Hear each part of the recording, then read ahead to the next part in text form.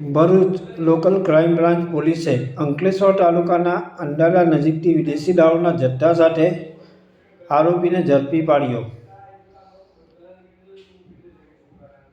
પ્રાપ્ત માહિતી અનુસાર વિદેશી દારૂનો જથ્થો લઈ એક ઇસમ ઉભેલ હતો, જેવી બાતમીના આધારે પોલીસે દરોડા પાડ્યા હતા। પોલીસે સ્થળ પરથી વિદેશી દારૂની 70 નંગ બોટલ અને ફોન મળી કુલ ₹19,000થી વધુનો મુદ્દામાલ કબજે કર્યો હતો।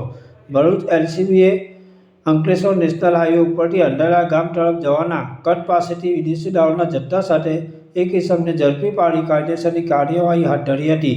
ભરૂચ એલસીબી પોલીસનો સ્ટાફ અંકલેશ્વર વિસ્તારમાં હતો તે દરમિયાન બાતમી મળી હતી કે અંકલેશ્વર નેશનલ હાઈવે ઉપરથી અંડાલા ગામ તરફ જવાના કટ પાસે વિદેશી દારૂનો જથ્થો લઈ એક ઇસમ ઊભેલો છે, જેવી બાતમીના આધારે પોલીસે દરોડા પાડ્યા હતા।